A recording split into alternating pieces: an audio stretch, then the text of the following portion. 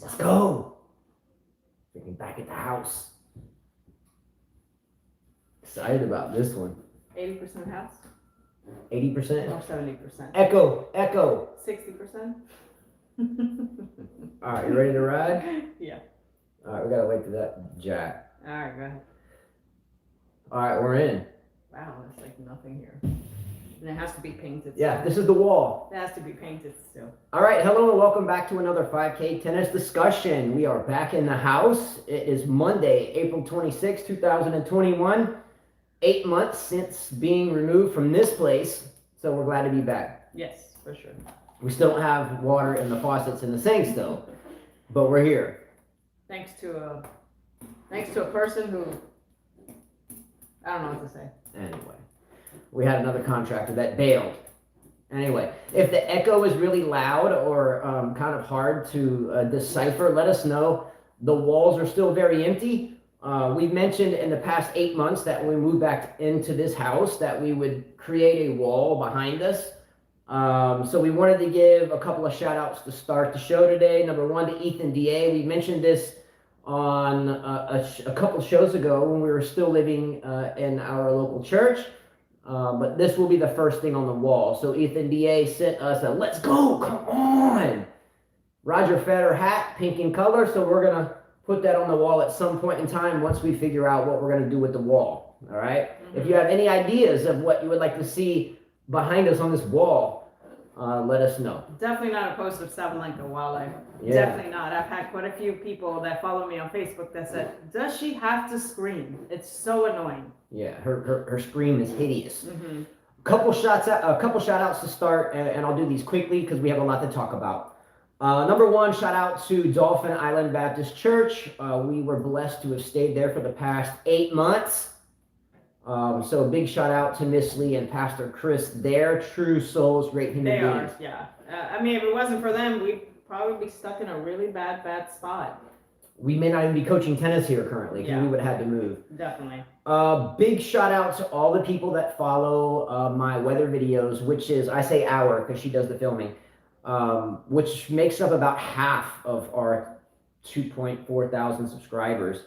Hurricane season is approaching. I will be here doing those videos, but for once in my life, I truly hope that there is not another hurricane because I cannot deal with this again.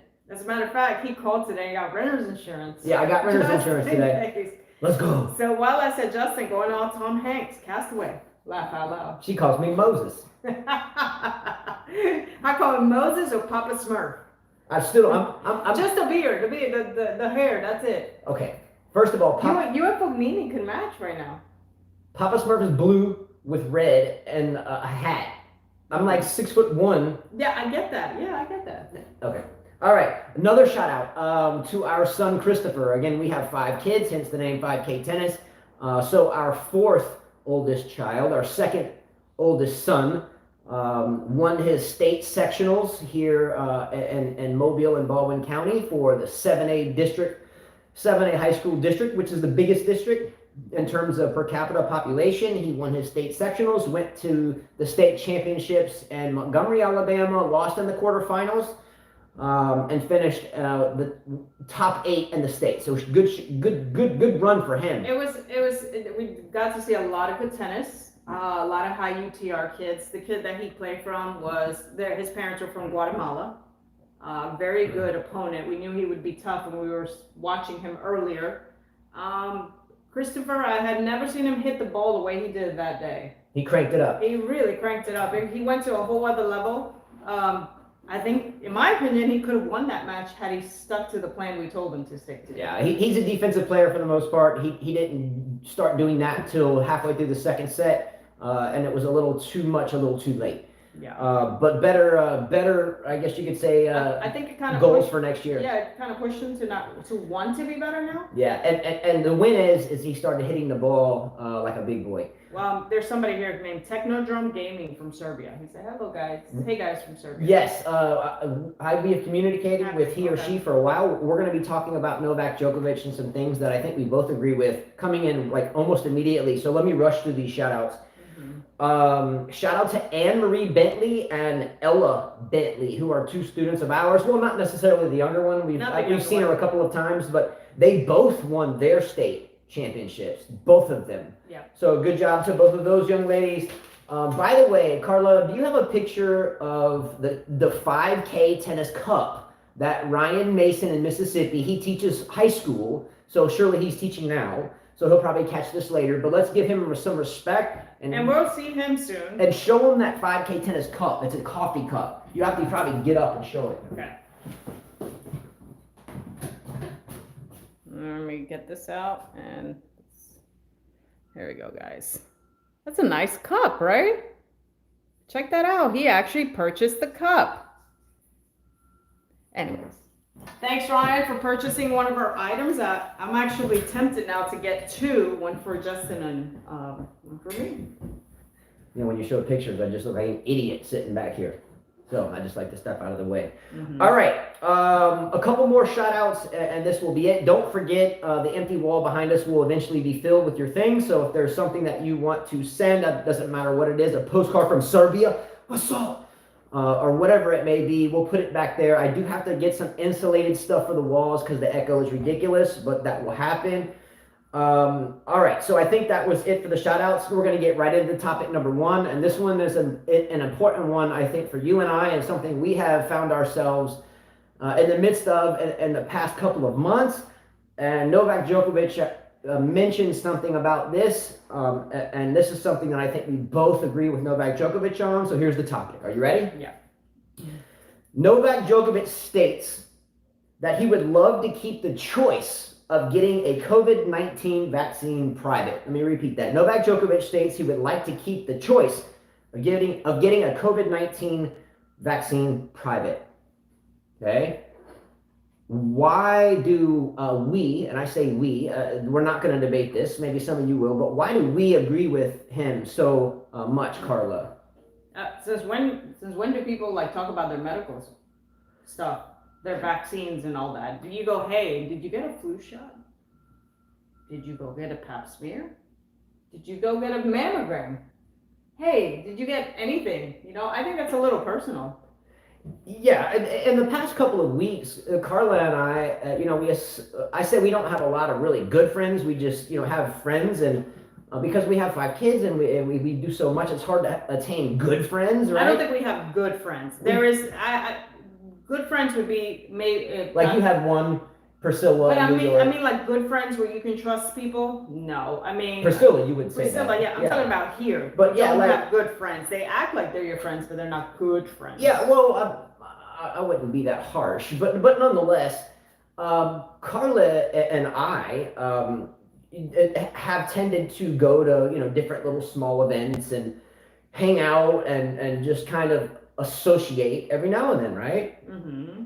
But since our COVID-19 restrictions have lifted here where we are, some of these same social events that we, kind of would, not always, but would go to sometimes, we have been met with things like, hey, have you gotten your COVID-19 vaccine? Otherwise, you're probably not going to be able to come. And this is the thing. This is the thing. Yeah, I don't want to know. If you want to tell and you want to post it on Facebook, good for you. And if you don't want to get it, good for you. It's your choice. I think it's your choice. I don't think I need to know that from you. It's just your choice. Some people are getting it, some people are not. Well, the issue that I have with this is, Carla, if I am just meeting you and I'm going to teach you your first tennis lesson or your 1000th or hit with you for the first time, I'm going to walk up and say, hey, Carla, how are you? Nice to meet you. Did you get your polio vaccine when you were young? No, as a matter of fact, I did it. Hey, Carla, nice to meet you. Don't leave me hanging. But hey, Carla, did you get your recent pap smear? Well, yes, I actually did. I hope so, because there's a lot of funky stuff that runs around out here. I mean, since when do we go around asking people whether or not they've had some type of invasive medical procedure done? Look, I'm not saying I'm pro or against. The thought process is what the hell gives anyone the right to pitch something out like, hey, if you want to play in our dice game, then did you take your COVID shot? Well, maybe I have and maybe I haven't, but that's none of your damn business. Anyway, this is what I think Novak Djokovic has alluded to, and this isn't someone that is trying to earn brownie points. Obviously, this is just someone speaking freely with, like I always say, a realist approach. Good for him. He doesn't have to discuss that. We don't have to know that, you know? Yeah, hey, Carla, if you want me to teach you a tennis lesson a day, you got to bring me a whole medical record that shows you're updated with your pap If you're smear, watching our show, your mammogram. If you're watching our show, you all have to be vaccinated. You can't watch our show unless you are, have your polio vaccine and your measles and your distemper that my dog just got. Get your distemper.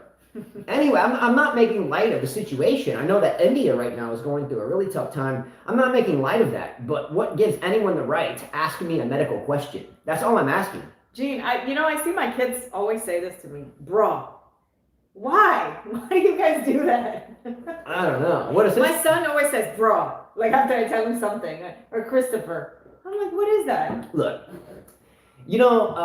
sometimes in life, it's best just to keep your mouth shut. How many times have we heard quotes like something along the lines of never pass up an opportunity to keep your mouth shut? And what about quotes like ignorance is bliss? Like the less I know, the better I am. So why in the hell would I want to just stump I got my shot? And what if this person is totally thinking everything is a hoax and just manufactured? And what if I say no? Okay, boomer, that's the other one. And what if I say no? If I say no, then you hate me because I'm bucking the system. So it's a damned if you do and damned if you don't question. So please do us a favor. Leave in comments what you think about this. Should you be able to be asked whether or not you got some vaccination? And in retrospect, should you feel bad if you don't answer it and just say, look, that's none of your business? Am I an asshole if someone asks me, did you get your shot? It's like, and I say, I'm none of your business? Well, it's like, I think it's a little personal. It's like saying, are you, I don't know, like politics. You don't go ask someone, are you Republican, Democrat, or Independent?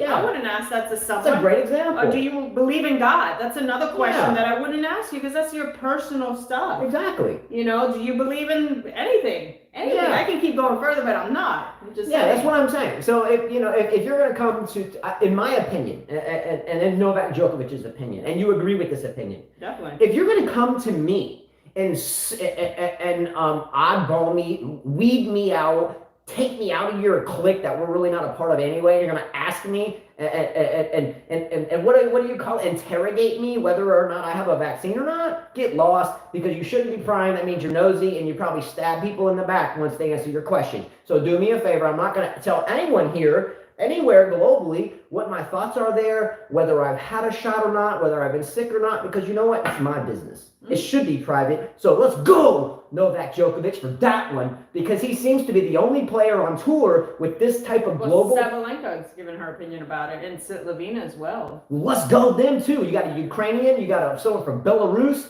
and you got someone from Serbia. I wish more people would stand up for their rights here, because it is not right for someone to question you of whether or not you have some vaccine that you may or may not have any interest in attaining. And I'm not, I'm staying in the middle. Like I said, I'm not saying that you shouldn't or you should. He says, I'm okay with either needing to be vaccinated or have a recent negative test. People need to be responsible and end the pandemic. Again, if you take it or not, that is up to you. That's our point. I don't look at anybody different if they didn't or they did. That's their option. Yes. I don't need to know that. Yeah, exactly. And look, I'm going to shut up. We're going to talk about it towards the latter part of the show. Benoit Paire, should he be banned, his current attitude, and how certain questions like these wrap into some of the current attitudes on tour currently. And we know TM is one of them struggling because of this. Second topic. Is Novak Djokovic in a slump, or is it just clay? Now, before we debate this, let me mention a couple of things. Number one, Novak Djokovic has 18 majors, 1 French Open. Pete Sampras has 14 majors, 0 French. Roger Federer has 20 majors, 1 French. Okay? Now, since we just mentioned Sampras, Federer, and Djokovic, I think it would only be in due process to mention Rafael Nadal. So Rafael Nadal has 20 majors and quadzillion, like 13. Yeah, he has Right. 30. So you know what would happen if you took all those French Opens away, right? Again. Be like Nadal, who? It wouldn't be. What about if we took away the Australian Opens and the Wimbledons? Who? He'd still have more than Nadal. They'd still have more than Nadal. Doesn't he have? If you took away 20 from 13, I would Is leave he you a really second. doing this? Anyway, okay. Just okay, shut up. Okay. Not everybody's good on clay. Not everybody's good on grass. Not everybody's good on hardcourt. Everybody's a different type of player. We suck on clay, so we don't like it. I agree. I'm not debating this. Okay, now, is Novak Djokovic in a slump? And should Djokovic fans, sports fans, tennis fans, the like, should they be worried, Carla? No, but before we get to that, Anastasia, I like your comment. You said if someone isn't a specialist, a doctor, their opinion is nothing more than an opinion, not a fact. Then as long as the vaccination is optional, then don't ask. It's all a private matter. Yes. Let's go. As far as Oh, we dropped Ethan's hat. poor Ethan, come on. How am I gonna pick that up? Oh, we're not going to be able to. You can just, we'll just have to leave it. Okay. All right. Well, I don't think he's in a slump. I think it's clay. You know, he lost to Evans. That was a little bit of a shocker. And Evans can fight. Yeah. That was a bit of a shock. But then Nadal lost too to Rublev. And yeah, I didn't really think much of it. These guys are after slams, not so much the smaller tournaments. Well, maybe for Nadal, the clay means more because that's his specialty. I watched him play against Karatsev, and to me, he didn't seem like the usual Novak. Like, I watched match point, and he went for it like he had nothing to lose. I think he's just practicing. I don't think we should worry. These guys, I mean, we all know Novak is beatable on clay. That's his most beatable surface. However, But it's also 2 out of 3 sets and not 3 out of 5 is the other thing. Yes, that you just took the word. Okay. Yeah. I agree totally. No need to beat a dead horse here. Mm-hmm.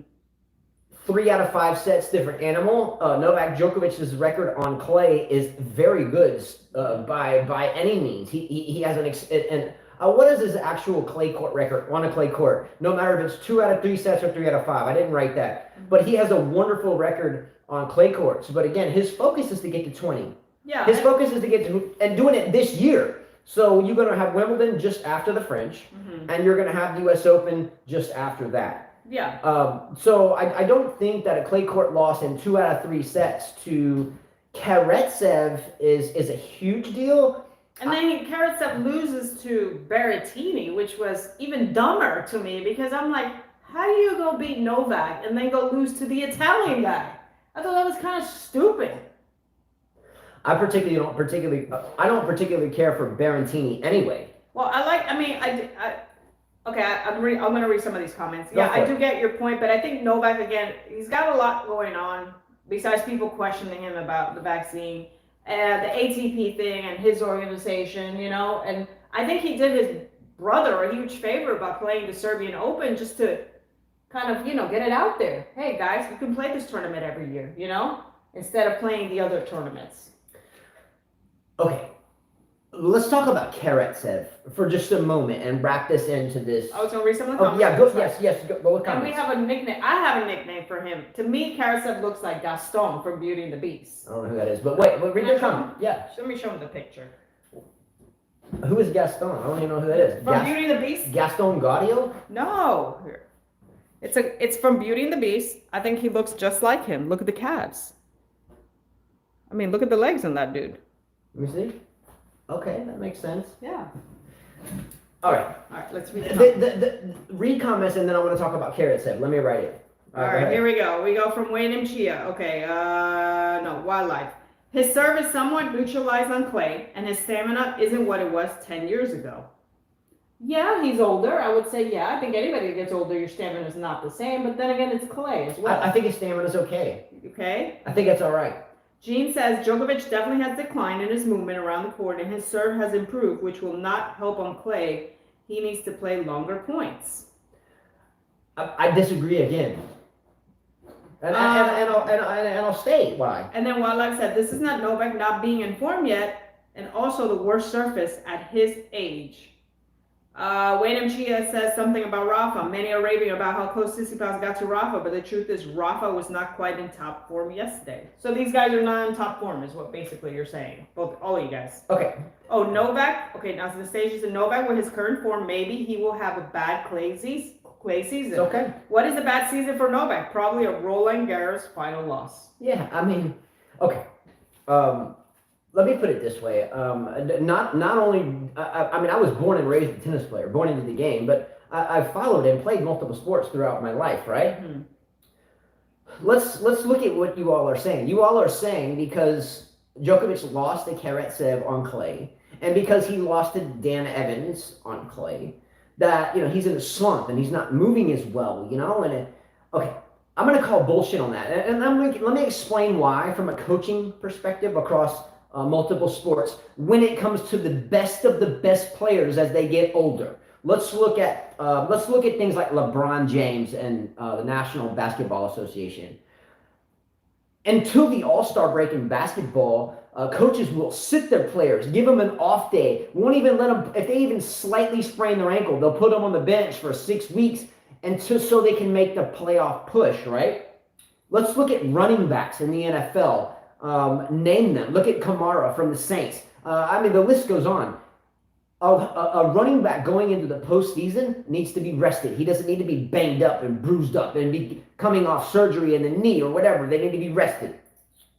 Let's look at pitchers in Major League Baseball. Baseball, right?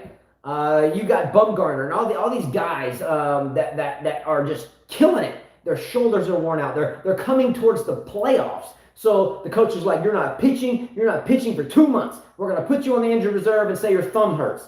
What I'm saying. Djokovic has 18 damn Grand Slams and has won 1 French. Okay? Why does he want to go through a defensive battle and grind it out of the dirt when he has a chance to tie 20 at Wimbledon and then tie it at the US Open? Why would he want to not give himself a timeout? I'm not saying that's what happened. I'm not saying that's why Karatsev beat him. It was 3 sets. Karatsev played well. He played well. He played well, yeah. But you just said something a moment ago. Hey, on match point, Djokovic went for it. Anyone ever heard of experimenting, trying things? You know, in case you see something you haven't seen from the likes of Tsitsipas, and anything. Don't you believe in experimentation, especially at an ATP 250 in Serbia when there's hardly any fans or 0 fans? No, I think the Serbian Open was a 250. It's a 500.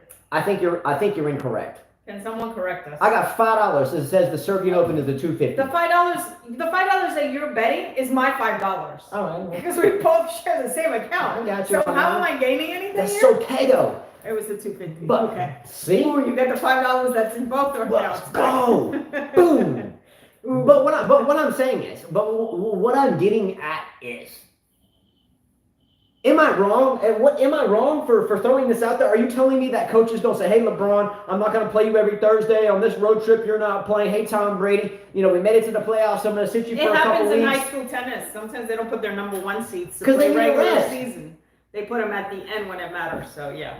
Take some comments. No, everybody said, nah, it's 250. Last tournament was held. Okay. All right. Well, he did his brother a favor by playing it, in my opinion, just to make it more, popular. Let's talk about Karatsev for a minute. We all know Karatsev is relatively new on the scene in terms. Kudos to him for being consistent. Yeah, vamos, let's go. Yeah. Let's get down for sure. Mm-hmm. But let's look at Karatsev for a minute. The only thing he doesn't have on his side right now is father time. He's 27. Now, he's been on tour for a while, challengers, and, been outside the top 500 in the world. And now he's catching steam, right? He's catching fire. Mm-hmm. Now, what's the problem with doing this at 27 years old? Well, there's a big problem with it. You can ask me. This is my kind of navigated path through my tennis career, right? I'm going to say something after you're done. Go ahead now. I think that Karatsev is going to probably be in the top 10 and he will disappear. He will be like a Kevin Anderson who made a lot of noise. Wimbledon final, he was making the US Open final, and then now he's like 105 in the world. That's not even a good comparison, though. It is a good comparison. Well, no, Kevin Anderson. And they're the same age. Wow. But Kevin Anderson has been on tour for a very long time. And worked it. Well, yes, but Anderson has been in the top of the game for a very long time, and Karatsev kind of just popped into it. Now, let me tell you why this is something important. I hate to say this. I really hate to say this because I like to be an optimist and I like to wish everybody well. How many tennis players have retired from tennis altogether by the age 27? Many. Thousands. Major champions have retired before 27. How old was Justine Henin when she retired? Like 24. Yeah, 24, 25. Vegas too. How old was Boris Becker when he retired? 31. Was he okay? Anyway, Gene says, "Stop it, Carla. Don't compare Kevin to Carrots." Yeah, you can't. And plus, Jean's South African. Yeah, she got that. But I'm just saying, yeah, it was a guy was bad hot, example. and now he's not. Yeah, that was a bad example. I agree with Jean here. Okay, I hate to say this, but I think Karatsev will get injured.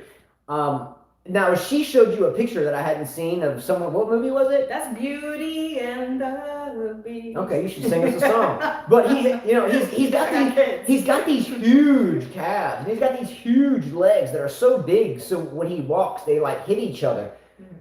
When you're moving around playing that type of game, he's not a serve and volley. He's comfortable at the net though. But he's bruising the ball out. Boom, boom, going 6'4", 7'5", 6'4", whatever it was with Djokovic. That's big tennis. It's big boy, big man tennis. You need a really young body to do that. He's 27 years old. He's got legs like the Incredible Hulk. That's a good it's really damn hard to move those legs 3 out of 5 sets. And to keep it up, because let's say Karatsev played Novak at Wimbledon, okay, and let's say Djokovic loses the first 2 sets, 4-6, 4-6. How tired are his big legs going into the final 3 sets? Tired. Would you still want to bet on Djokovic being down 2 sets to Karatsev at Wimbledon than you would bet on Karatsev? I would still take Djokovic being down 2 sets to win the match in 5 against Karatsev. And what happens when we push our bodies with that such big muscle mass in the game of tennis? We get injured. Especially when you're 27, older than many tennis players that have been major champions, retired younger than. Wildlife says, the 5 sets is what could get him. You don't have to deal with that in Challenger Tour. It's tough. Let me go back to some messages. Go for it. Because we're going to talk about Nadal soon too. Rupak said Rafa won Barcelona with his 75 to 80% level at his peak level. He starts to destroy the field, but he has enough time to peak before. For now, this Barcelona title will give him immense confidence. Wildlife One says, if Novak isn't doing what Justin is suggesting, it's a signal that he's feeling his age. He didn't used to lose these matches when healthy. I think it's more like, these smaller tournaments really don't matter. I think he's saving his energy for the slams. When MCA says at least Karatsev is doing better than Janowicz or whatever. True. Jersey Janowicz? Yeah. What? Anastasia, Justin loves to get up. Anastasia 77. I think 80% for Nadal and Clay is more than enough, especially against less experienced players like Tsitsipas. Sebastian said Djokovic always seems out of form time of the year since at least 2019. Yeah. Novak Djokovic hasn't always been worth $100 million. When you're worth $100 million,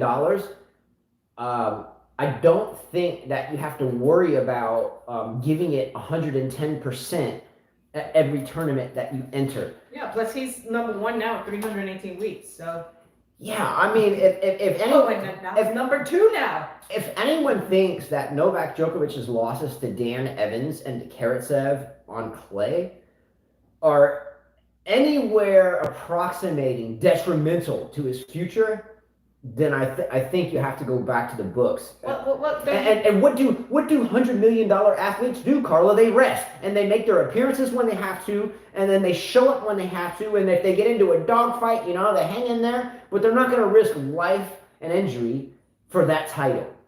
Also, do you remember? I mean, couple years ago, Nadal lost to many people. We thought he was going to have a bad season, and then what? Boom! He wins the French Open. So you just never know with these champions. There are champions that have that many slams. I wouldn't worry too much if they lose a small tournament. I have a poll question right now. Mm-hmm. And I want you all and Carla, without thinking about it, if you wait longer than 2 seconds to answer these two questions, then it doesn't count. Are you ready? Mm-hmm. Don't even think about it, Carla. Carla, who wins Wimbledon? No, I'm gonna say Novak.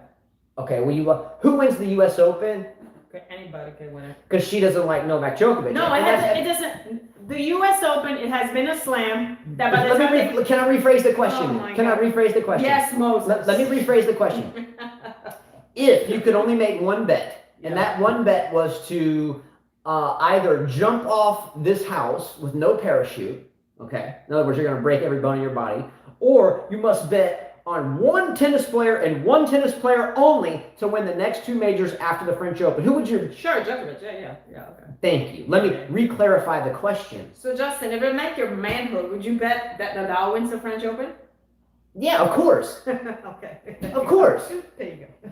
All right, anyway. So William Chu says, but it was Novak's hometown tournament. Don't forget that. But that doesn't matter. Yeah, I think he was giving it. If he wins it, then everybody's like, well, why am I going to go to this 250? You know? Yeah, look, okay. If he won it, people would be like, man, Novak's always going to be at the 250. This was set up. You know, think about it, guys. We have 5 kids. We've talked about that before. We've played so many junior tournaments as juniors, the both of us, and our own kids now growing up.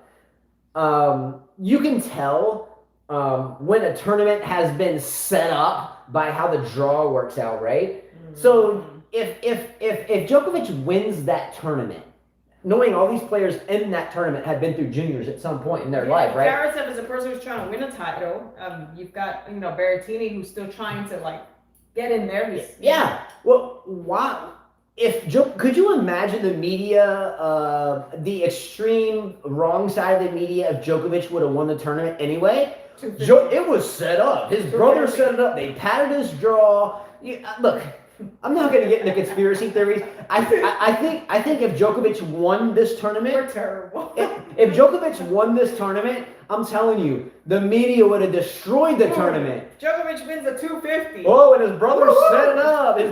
His dad set up the opponents. It's probably better that this occurred, honestly. When she said U.S. has never had a repeated winner in the last 10, 12 years. It's the hardest to predict. It is. That's why I say that. No one has repeated the U.S. Open back to back. What about Naomi Osaka?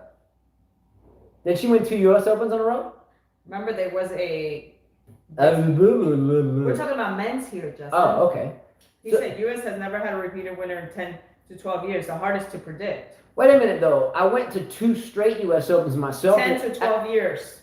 Hold on. Okay, that was 2007, 8. Yeah, we got U.S. Open. Well, I know. I went to the U.S. Open 2 years in a row. Watched Roger Federer beat Djokovic and then Murray. I was there. I watched it. But that was 2007 and 8. So, okay, close enough.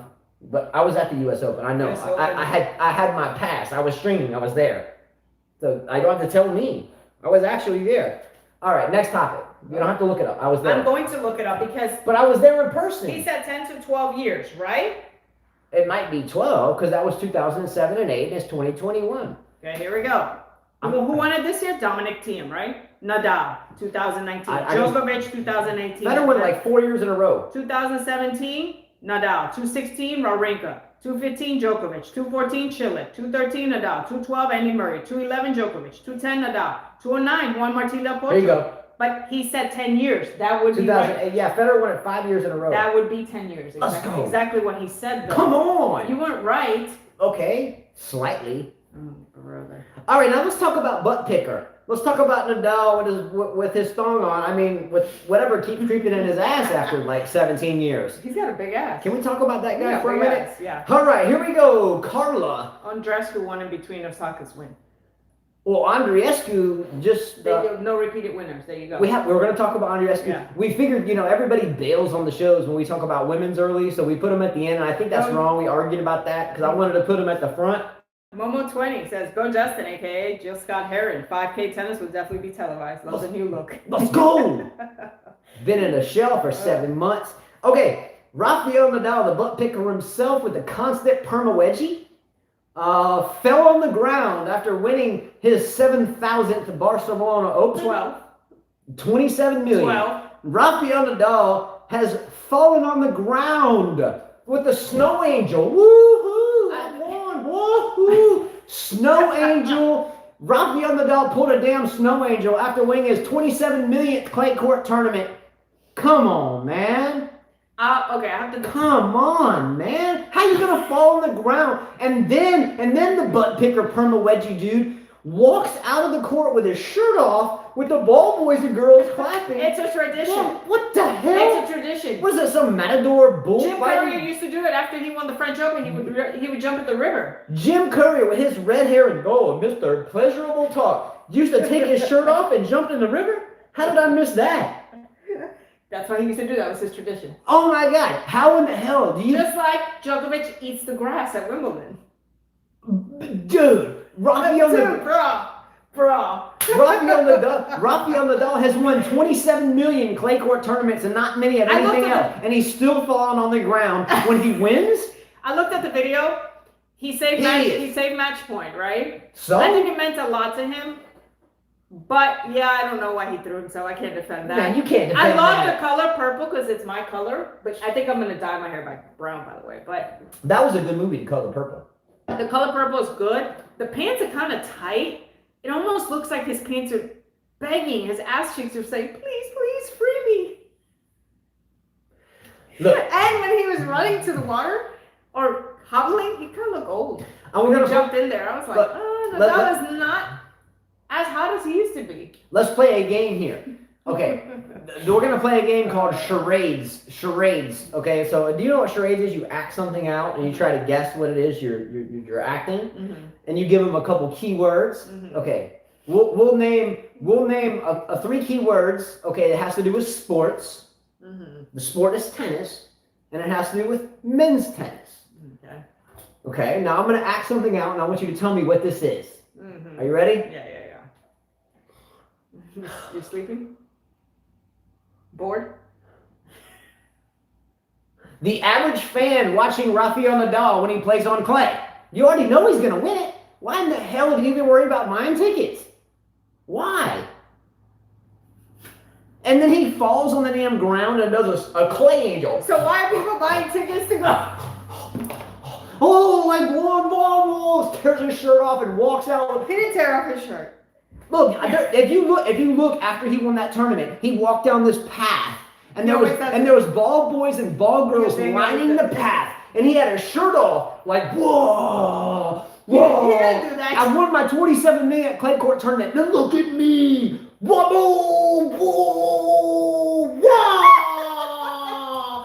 whoa. He didn't do that. He does it every time. He's kind of older now, so he was almost like, it was, back in the days when he was young, he would be like boom, boom, boom, boom, boom, and jump. He looked, he still had the socks on too, which I thought, yeah. And the pink shorts. I think. And he was jogging like an old man. He looked like here, I have a picture actually. Look, I think every time Rafael Nadal digs in his butt, a piece of his hair falls out. So every time it's a butt dig, hair pops out. It's like an ejection seat for hair. It was just not a good look for him. It just not. It's just not. It made him look old. Oh, I told you. Look at that. Yeah. Look at this guy. Look at that. I mean, it just, I don't know. It's like my grandpa. Yeah, he looked old. I was like, what is going on? I told you. Yeah. All right. Okay. Now, does anyone think that this Rafael Nadal beating Tsitsipas at this Barcelona Open for his 12 millionth clay court title is like something that we should be like, whoa, let me take my shirt off and do slow on the court? But Wayne and Chi, I did like a comment that you sent to me on Messenger. It just shows how the younger guys still can't beat the older guys. They run out of gas. It says a lot about fitness, If Nadal was right-handed, it wouldn't be the case. If Nadal was a right-handed player, it wouldn't be the case. Yeah. But thanks to Uncle Tony, they learned left-handed. Tsitsipas won, what did he win? Help me out here. Monte Carlo. Obviously Tsitsipas would be the third contender, I think, in clay. You have Nadal as the first contender. Djokovic. Okay. What about Diego Schwartzman? No. Djokovic and Tsitsipas would be the next one. And then I would put Rublev fourth. And Thiem, what the hell is going on with Thiem?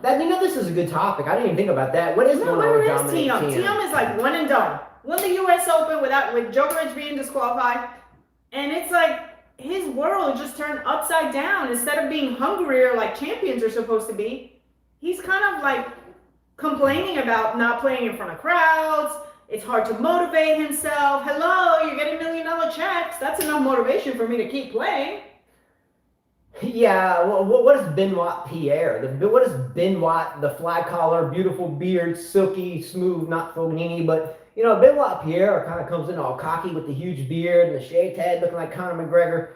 You know, what is Benoit Paire doing? I think Benoit Paire may be doing the same thing Dominic TM is doing. However, I think Benoit Paire is being vocal about what he is doing and how he really feels about it. Mm-hmm. Now, Benoit Paire, correct me if I'm wrong, has been in the limelight in the media for the wrong reasons, namely to be potentially non-accepted into the 2021 or 2022 Olympics in Japan because of his statesmanship or sportsmanship and of itself as not acting like a professional athlete. Let me explain. If you haven't followed this, Benoit Paire over the past couple of weeks, or better yet, the last couple of months, has projected to everyone that he doesn't particularly care about what majors that he plays in, what majors that, or not majors, but what tournaments that he plays in. He's doing his job by showing up and solidifying his sponsorship, and also showing up for the events that have put him in the main draw. And maybe or maybe not that his level of effort is even on a scale of 1 to 10 a -2. Yeah. So what I'm saying is that maybe Dominic TM has the better trajectory in terms of sportsmanship by just not playing at all than what Benoit, the sandwich hiding beard dude, vocalizes. So maybe it is that Dominic TM winning that, you know, the Shasty throat hack major, when Djokovic got his throat, the ball girl got her throat hacked and she couldn't dodge it. I mean, if you're a ball girl, you should be able to dodge that shit. I mean, dodge that. How do you not dodge that? My neck, well, just dodge it. You are terrible. But it was an accident. She didn't expect it. She's not supposed to dodge that. Okay. No, you gotta dodge that. She shouldn't. It was a surprise. It's like when I get hit with a tennis ball. You don't expect it. But he shouldn't have been disqualified. Yeah. Now look, the NFL draft is in like 3 or 4 days, right? I can't wait to see what my San Francisco 49ers are gonna do. What's up, B-Dog? Your Patriots suck. But what do these people that go through the drafts and the combines have to do? They have to run their 40. They have to do passing drills and running drills and high jump drills. Maybe they may see these ball people do reaction drills because, you know, I don't want to hire you on my court and you can't dodge someone tapping the ball 27 feet behind you because look. Oh my God. When I play, you really blame that on the lady look, for not whoa. When I play doubles, Carla, tell me if I'm true or not. When I play doubles and you're on my opposing team and I'm at the net and you're returning serve in my face, do I ever back up because you're about to tee off on my face? If my partner has a weak serve, I'm in there. I want that shit. I want it. Let's go. Justin, I want her that. getting hit, she obviously didn't expect him to throw the ball back. That's not her fault. You gotta be on your game. You gotta be on your game, man. Justin. You gotta be on your game, man. You wanna be a ref? Don't let the ball hit you in the throat. Just duck that. Just duck. Poor lady.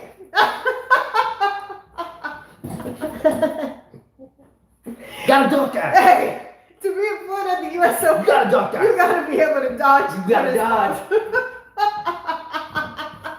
Job requirement: dodge tennis balls. You bet. Especially from Djokovic. Yeah, we're gonna have tryouts. You know, you get a ball machine that's shooting the ball at 130 miles an hour right at their forehead, and it's a random launch. Avoid it. And right when they launch it, they're like, ugh! And if it hits you in the face, you're like, you're fired. Get out of here.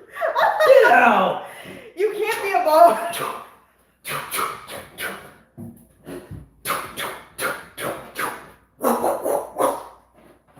Oh my God, poor lady. All right.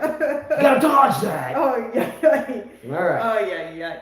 All right. Anyways, going back to the Olympics. I was reading some comments here about the Olympics that Okay, TM is in depression. About what? I mean, come on, really. Okay, no, this is I'm okay. sorry. Who said that team was in depression? William Chia. Okay, this is actually a good comment. He's in depression. Okay. This is a good comment. And we all know Wayne Chia is quite an international. No, he's telling us TM has been dealing with physical and mental issues. Yeah, Wayne Chia, much love to you. Wayne Chia, by the way, all jokes aside, we were having fun with that. Wayne Chia is a very international person, is big into family and faith, and has a very solid platform. So pull the jokes out of it and be more serious. You look funny. Your hair going. Is sometimes mental psychology, depression, anxiety, stress levels, not sleeping at night, being disgruntled in life, how big of a problem is that? How many suicides do we deal with in life? It's a every problem. day? It's a problem. I think he's depressed because he shouldn't have got rid of Mladenovic. He should have stuck with her. Now he's with a dancer that probably is demanding a lot of attention. Whatever. But Wyndham Chia's has postulated a poignant type statement. Everyone deals with things differently. Carla, how don't we play better as tennis players when we have a crowd watching? Doesn't it make you more? Doesn't it make you want to fight to the death? And sometimes without a crowd, or look, sometimes even one family member is better than zero. Right? I play the same way. I don't. I don't. Yeah. If I'm playing a match and I'm going back, 20 years ago, college and juniors and before in high school. Sometimes having one person there if I hit a shot and I can look back and look in their eye, it just makes me feel like I have someone in my corner. I think Benoit Paire for the longest time has felt like no one is in his corner, and he's disgruntled. We talked about at the beginning of the show that we have people that we don't even really know that well. People that have not, they've opened their doors to us, but after 2 days with 5 kids, they're like, you can tell they want us to get out. Anyway. What I'm saying is these type of people are now asking you whether or not you have had some vaccine or not. I mean, that's like, again, we talked about how people are on edge these days. And, we look at the Dow Jones, the stock market, and we see it climbing. Does anyone not believe that's a theatrical performance? Our house that we've had rebuilt for 7 months. Has anyone heard how expensive lumber has gotten? I mean, lumber, I mean wood it takes to build a home. About a year and a half ago, a 2x4, that's a piece of wood, 2 inches by 4 inches, was like $16 for a 20-foot 2x4. Now that same $20 2x4 is like $120. And we wonder why people are on edge. There's no fans in a stadium, at least in some countries still. And Benoit Paire is one of those people that has always fed off the crowd, as do players like Djokovic and Monfils, who are some other crowd pleasers. They get wrapped up into the crowd because of their tenacity.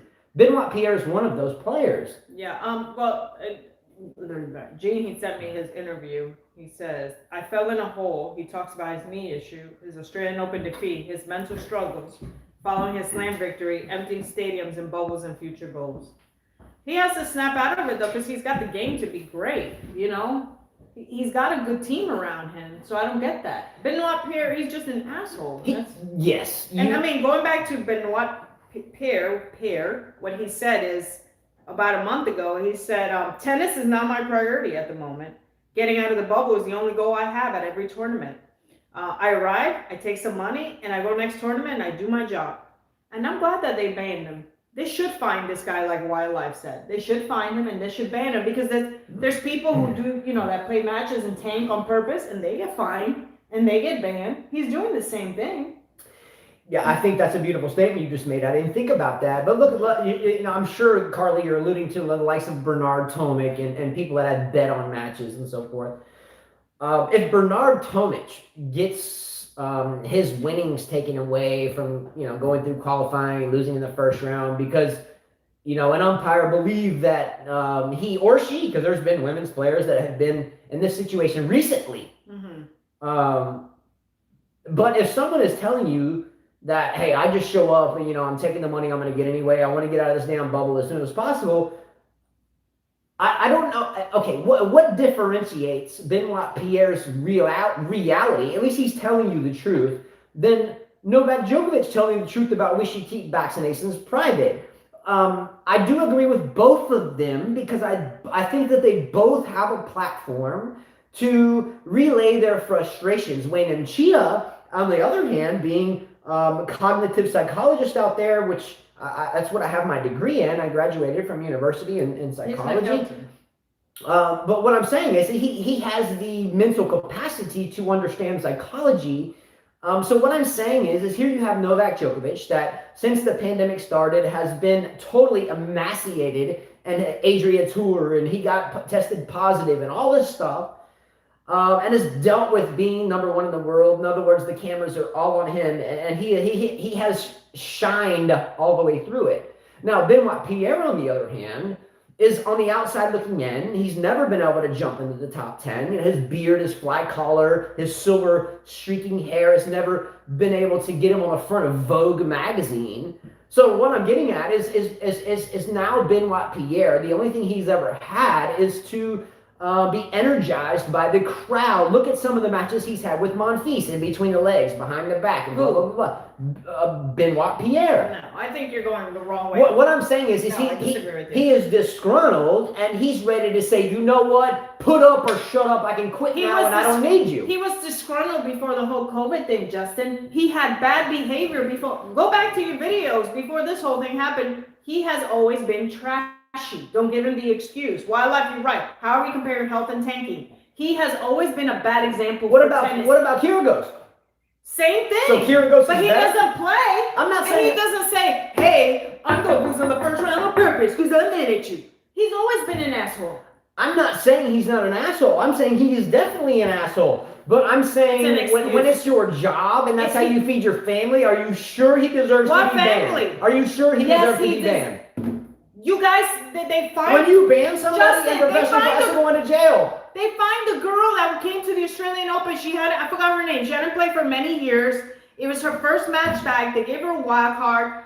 And they said she was tanking on purpose. How is that fair? He's doing the same thing. The last match he had in Argentina, he's showing the lines guy or the umpire the call is wrong, and then he spits on it. Bad example. I'm sorry, I disagree with you. All right, let me ask everybody a question. This is off topic, and we're going to go right back into something. I want to go back to some of these comments. Okay, go. Well, Wayne Chase says, I think Carlos bet that TM won't get another slam. I just turned out to be a good bet. Yeah, I didn't think. To me, when I watched him win the U.S. Open, I felt like, and then after that, he started playing, he lost his passion. He lost his hunger. I don't think he will do well at the French Open. I know I had someone asking about Sinner. I have to go way back, but... how will Sinner do? I think he'll make the first week, not win it. Who asked the question about Sinner? I'm trying to find it. Okay. I want to answer this from a coaching perspective and a player's perspective. I think it was, and correct me if I'm wrong, about 3 or 4 years ago when the mainstream sports tennis media got tired of Djokovic, Federer, Nadal, and what was left of Andy Murray at that point in time.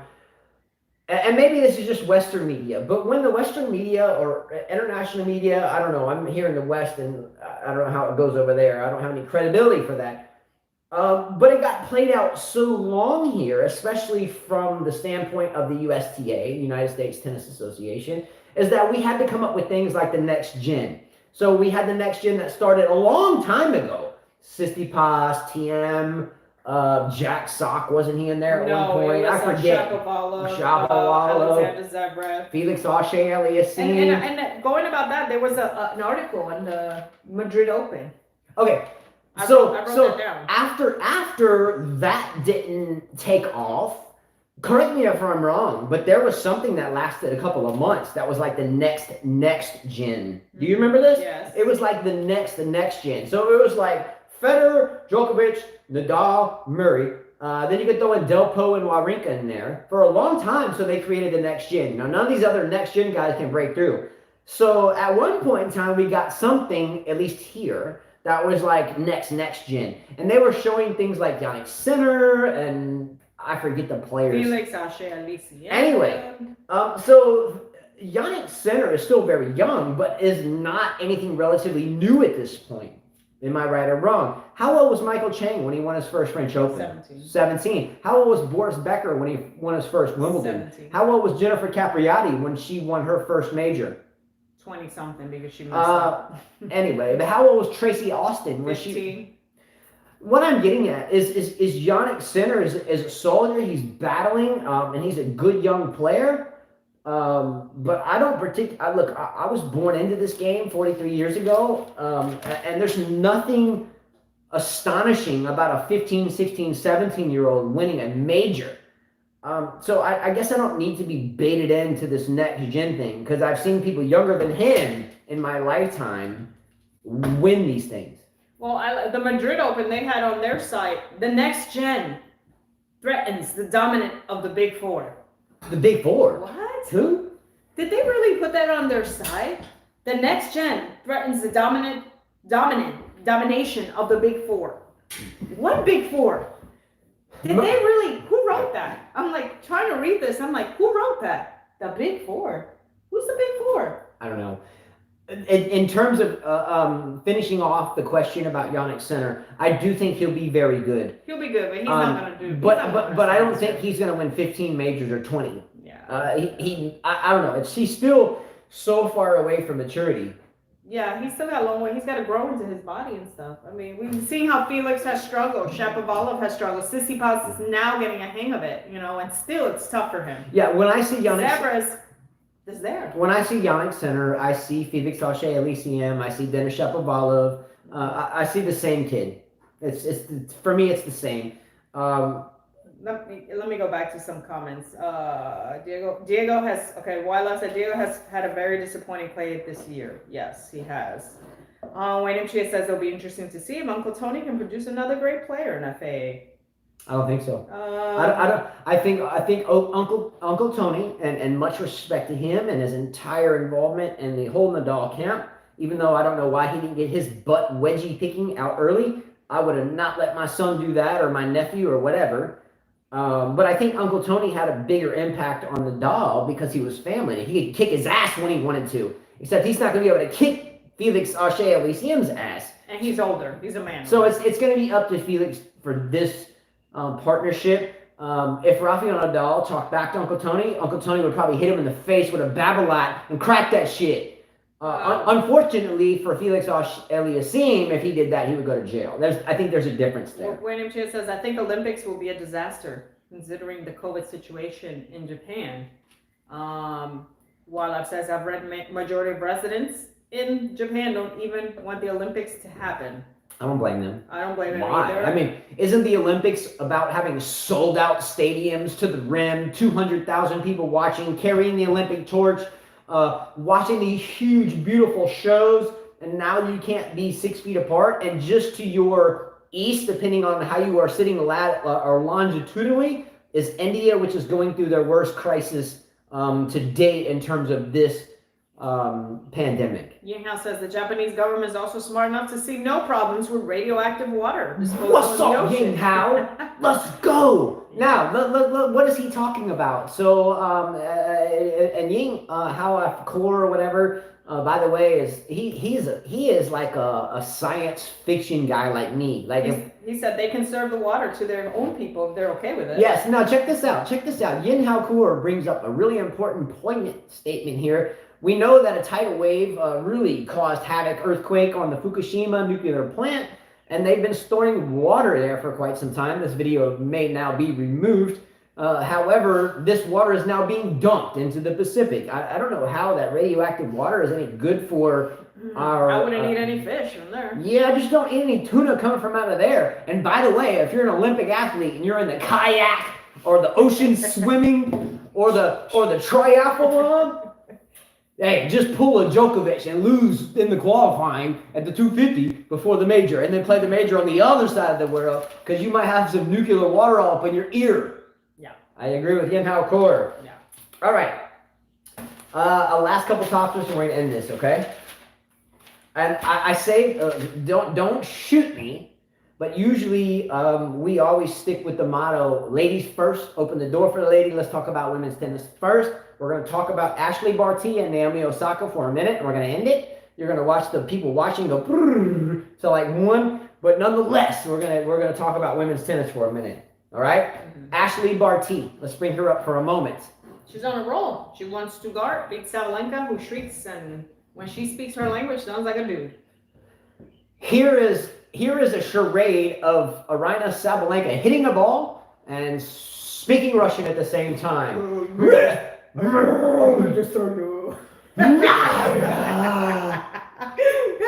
It sounds like someone just stuck a knife in her. Friggin'. And they're like, and she's like, Yeah, I'm going to the guillotine, and you know, back in like 1400 medieval time, and you know, I put my head on the guillotine, and my head gets chopped off, and my head falls into a basket, and then the whole crowd's watching, and my head is still twitching. Sounds like Sabalenka when she hits a forehand. Okay, Ashley Barty has won 17 out of 20 matches, has a very classy game. She can be patient, she can be aggressive, she can be offensive, she can be defensive. Here's a poll question. Has Ashley Barty ever broken a tennis racket on court? Has Ashley Barty ever broken a tennis I racket? don't think so. Ashley Barty can massage the ball, and she can hit the ball. Okay? She has only won one major. Naomi Osaka has won cuatro. That's 4. But who is the better player, Carla? Osaka or Barty? Who is the better player all around, encompassing all services? To me, Osaka. Absolutely. Why? Osaka's powerful. Okay, is that it? She knows how to move. She knows how to serve. She's been pudgy. She's mentally tough. Even when she's been down, she's been mentally tough and snaps out of it. Has Ashley I Barty would rather have Osaka's game any day than Barty's game.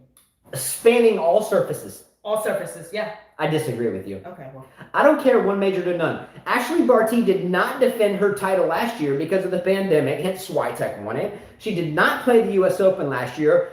Anyway, I'm not getting into major. Osaka only plays, for the most part, hard court and grass. Okay? How do I put it this way? If I could train a player, from a coaching perspective, if I can train a player to have an all-around game, hitting your spots game, power when only needed, hit your spots, placement, use a variety, drop shots, lobs, the whole deal, or if I could just be a really big hitter that landed big serves and big ground strokes all the time, who would I choose? I'm going to choose Barty. Now, I'm not saying that Osaka's not going to beat Barty on the grass or at the U.S. Open or at the Australian Open, but I like Barty's game better. I do. I like both of their games. I'm not saying that, but I'm just saying right now I'd rather have the 4 Slam than the 1 French Open. I understand that from a money. I'm not saying Barty has a beautiful game. She can, hit the ball, and then she can change the pace, and then she can place it. And what I like about her game is that when she puts her opponent on the defense, she automatically moves forward and tries to end the point at the net. I think it's great. I think that Osaka and Barty have met one time. And I think it was at the U.S. Open semifinals, maybe. And I think Osaka won in 3 sets, maybe. That's off the side of the hip. I may be wrong. Mm-hmm. But the way Barty is playing right now, I think will frustrate Osaka. I think Barty's game right now will frustrate Barty insofar as that every ball is coming back and with a lot of junk and a lot of spin, a lot of lobs, a lot of trajectories that most of these girls don't play with because most of these girls are hitting flat, bah, bah, bah, bah, bah, bah, right at you. And Osaka uses that and gives her more power coming back. But I don't think that Barty gives her that. I think Barty neutralizes that moving forward, meeting them. Now, Andreescu needs to be in the discussion, but Andreescu has just now tested positive. Jeez. Her luck is just... So, I don't know. Andreescu, she jumped on the scene. Carla and I always gave her grief about her health, her fitness, her size, her scrunchie on her elbow, blah, blah, blah, blah. Andreescu is kind of carrot set-ish, right? Andreescu jumped on the scene as a young girl. Might as well. Anyway. Osaka Barty head-to-head tied 2-2. There you go. Are we gonna talk about Roger Federer's $92 million? Let's talk about mansion? Yeah, and then look. Right now there's only 20 people No, watching. no one left. Okay. You gained 2 when you start talking about women. Can I ask a question before we start talking about Roger Federer's $90 million mansion? Yeah. Carla and I, for the past 3 years, have done a tennis racket giveaway and a fantasy team competition. I'm not going to spell out the rules here because it'll take 20 minutes. I'll do a separate video for that. But every major, Carla and I have put a brand new tennis racket of your choice. In other words, if you win it, we'll go to Tennis Warehouse or Wilson or Babolat, whatever, and buy it for you and send it to you, which we've done for multiple people, by the way. Matt Kane. Matt Kane was the only one. The other one, Arvis. Oh, but that was before this YouTube thing. And then we do a tennis racket give, or then we do a fantasy team competition where I send out like $50 cash to the top 2 winners. My question is, you're yawning over here. Sorry. My question is that for this upcoming French Open, do Carla and I continue to do this tennis racket giveaway competition, which if you win it, we'll get you either the cash value, like up to $200 US. So if you're like somewhere in the conversion rate, if you're in like Mexico and I send you $200 US, you're like really rich. So what I'm saying, I'm going to send you $200 US if you win the tennis racket giveaway. And then if you win the fantasy team competition, then you'll either get strings, shirts, hats, or even cash there. Before we spend all the time doing this for this upcoming French Open, if I don't get 20 comments in the comment section of this video that says, yes, do it, from different people, then we're not going to do it because it takes so much time. It takes so much effort. We have is it Sergeant Jovanovic or is it Dusan Dramakanin? I think it's either way. We have people that help us with this, and we like to take care of the people that help them with this. But if I don't have enough people to do it, it's really not worth our time in terms of what we put out. So I need 20 comments in the comment field. Yes, do it. Yes, do it. I'll play, whatever, or we're just going to stop it. So the fantasy team selection, you select 18 players, 9 men, 9 women. I'll get to the rules on a whole different playlist. Tennis racket giveaway, you're going to select the men's finalists, women's finalists, and winners of the French. If you nail them, I'll buy you up to a $300 tennis racket or send you that much money, PayPal, Venmo. 300? Well, whatever, that's fine. But what I'm saying is I'm not going to do it unless there's 20 comments. But you only got 2 so far. So. It doesn't matter. Gene says yes for sure. If we don't get 20, I'm not doing it because I have to. I like the fantasy team. Yeah, just whatever. We'll see what happens because every time we do it, we're putting out like $500 in prizes, and there's only like 4 people. No, you got like 20-something people last time. Well, not for both though. There's like 6 here and 24 over here. It needs to be a consensus because I have to get with Ytex, and I don't want to bug them, just give me 20 in the comments and I'll put out $300 on the tennis racket giveaway. If you guess it, I'll give you $300 US no matter where you are in the world. If you do the fantasy teams and win, the top 2 people, I'll send out $50 at worst each one or whatever. But I need 20 comments or I'm just not going to do it. It's too time consuming. Yeah. All right. Lastly. $92 million mansion. $92 million mansion from Roger Federer. But the land is contaminated, so he has to wait. $92 million. Why do you need a $92 million mansion? This is coming from Roger Federer's current build in Switzerland. I don't know why someone needs a $90 million mansion, but damn. That thing must have like a submarine launch, an aircraft carrier. Diamond toilets, diamond floors, diamond walls. A satellite upstairs, drone footage.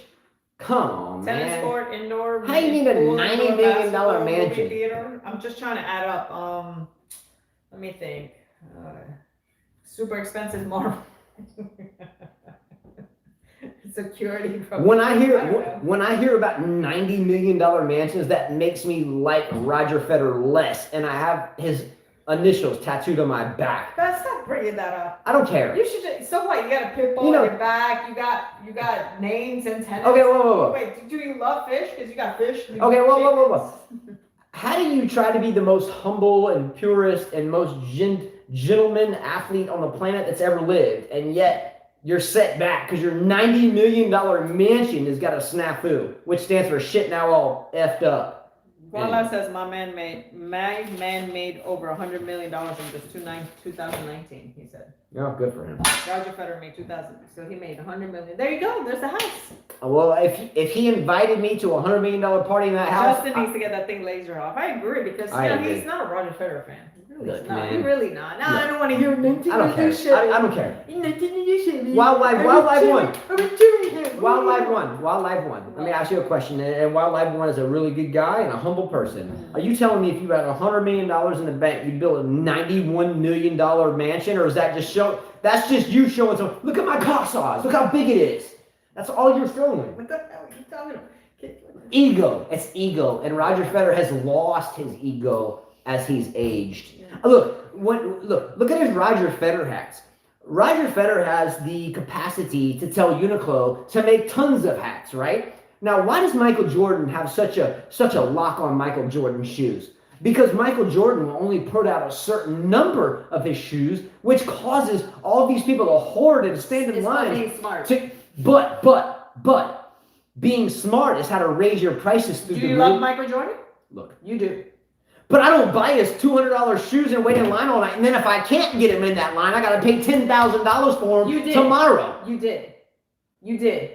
Roger Federer is dictating to Uniqlo to not make so many of his hats. So when people buy them, they will sell them for 10 times more on places like eBay and Poshmark and all that. Who cares, bro? All right. Anyway, I'm out. Roger Federer. You bought the hat. Roger You got Federer. a pink one. Roger Federer is selling himself out for money. And a white one. So you got 4 hats. $90 million home, $90 million home, and Uniqlo hats that now you cannot get. Selling your soul. I'll leave it on that comments here. Roger Federer selling his soul.